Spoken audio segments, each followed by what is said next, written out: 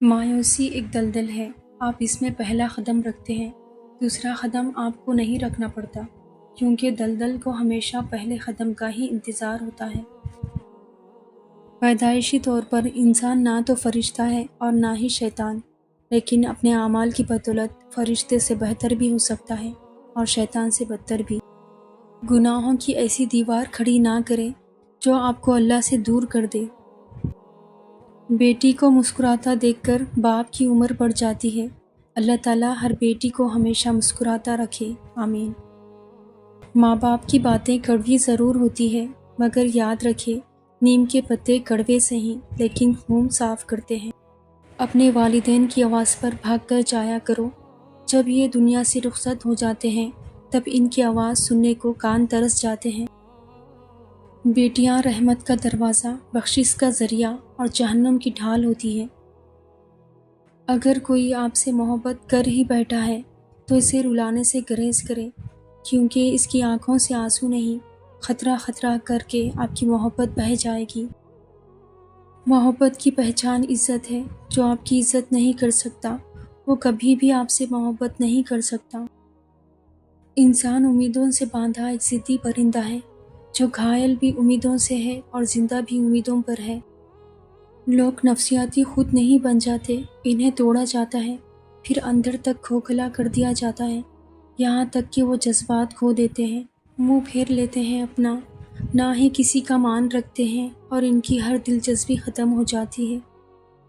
اگر آپ ڈرائیور کو جانے بغیر ایک ٹرین میں پرسکون ہو کر بیٹھ سکتے ہیں تو پھر اپنی زندگی میں کیوں پریشان ہوتے ہیں جس کو اللہ چلا رہا ہے۔ مرد کا دل جب عورت سے بھر جاتا ہے تو وہ 3 کام کرتا ہے: اپنا لہجہ بدل لیتا ہے، عورت کے کردار پر انگلی اٹھاتا ہے اور ہر وقت مصروف رہنے کے بہانے کرتا ہے۔ میاں بیوی ایک دوسرے کی عزت کرے تو دوسروں کو موقع نہیں مل سکتا کہ وہ دونوں کے درمیان درار ڈال سکے۔ جب تک تمہاری ماں کے ہونٹ تمہارے لیے دعا کے واسطے ہل رہے ہیں تو تم دنیا کے امیر ترین انسان ہو۔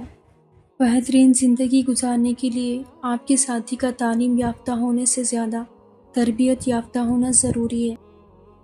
عورت امیر مرد نہیں چاہتی، خوبصورت یا شاعر بھی نہیں چاہتی، وہ ایک ایسا مرد چاہتی ہے جو اس کی آنکھوں کو پڑھ سکے، اس کا ہاتھ اپنے دل پر رکھ کر کہے یہ گھر تمہارا ہے۔ آنسو بہت کمال کی چیز ہوتے ہیں، دیکھنے میں بہت شفاف نظر آتے ہیں، حالانکہ پتہ نہیں کتنا میل، کتنا کھوٹ اور کتنا پچھتاوا یہ اپنے ساتھ بہا کر لے جا رہے ہوتے ہیں۔ انسان کی سمجھ کا معیار بس اتنا ہے کہ اگر جانور کہا جائے تو ناراض اور شیر کہا جائے تو خوش ہو جاتا ہے، حالانکہ شیر بھی تو جانور ہے۔ کم ظرف لوگوں کے ساتھ کم ظرفی سے پیش مت آنا، بس خاموش رہو، مضبوط رہو اور آگے چلتے رہو۔ زندگی میں بہت سی جگہوں پر انسان کا لا علم رہنا ہی اچھا ہوتا ہے، کیونکہ کچھ جانکاریاں انسان کے لیے تکلیف کا باعث بن جاتی ہے۔ اپنی غلطی پر شرمندہ ہونا سمجھدار لوگوں کا کام ہے۔ علم کی سب سے بڑی دشمن جہالت نہیں، بلکہ مجھے سب پتہ ہے کہ خوش فہمی ہے۔ اخلاص یہ ہے کہ انسان اپنی نیکیاں بھی اسی طرح چھپائے جیسے اپنے گناہ چھپاتا ہے۔ 3 چیزوں میں کبھی شرم محسوس نہ کرنا: پرانے کپڑوں میں اور غریب دوستوں میں، بوڑھے والدین میں۔ جس گھر میں باپ موجود ہو وہ گھر 40 تالوں سے بند دروازے سے زیادہ محفوظ ہے۔ تکلیف دینے کے بعد جتائی گئی محبت اور نظر انداز کرنے کے بعد دی گئی اہمیت کوئی معنی نہیں رکھتی۔ ہمارے معاشرے میں بیٹی کے گھر سے پانی پینا حرام اور جائیداد میں حصہ ہڑپ کر لینا حلال سمجھا جاتا ہے۔ ہم ایسے منافق لوگ ہیں کہ کسی کی تکلیف کو اس کے گناہوں کی سزا سمجھتے ہیں اور اپنی تکلیف کو آزمائش۔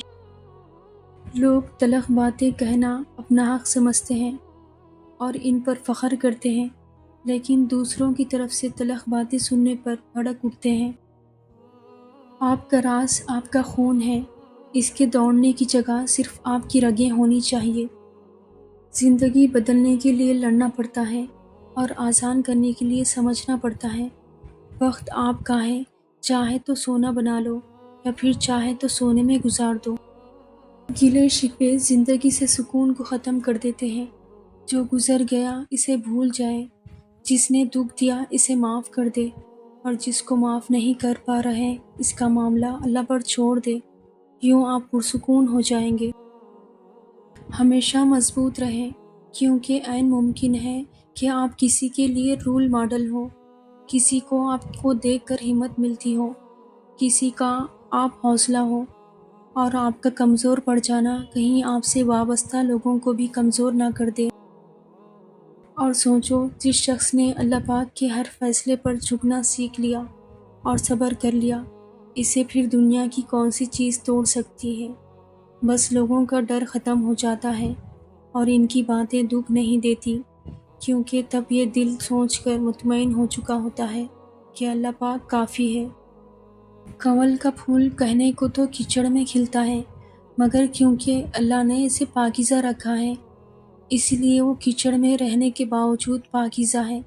سوچنا چھوڑ دیجئے کہ دنیا آپ کے بارے میں کیا سوچتی ہے، ہاں مگر یہ دھیان ضرور رکھے کہ اللہ تبارک و تعالیٰ کے نزدیک آپ کیا ہیں، کیچڑ یا کیچڑ میں کھلا ہوا کنول کا پھول۔ اگر آپ کو اپنی زندگی سے بہت شکایتیں ہیں تو اللہ پاک نے جو نعمتیں آپ کو دی ہے ان کو ایک کاغذ پر لکھنا شروع کر دیں۔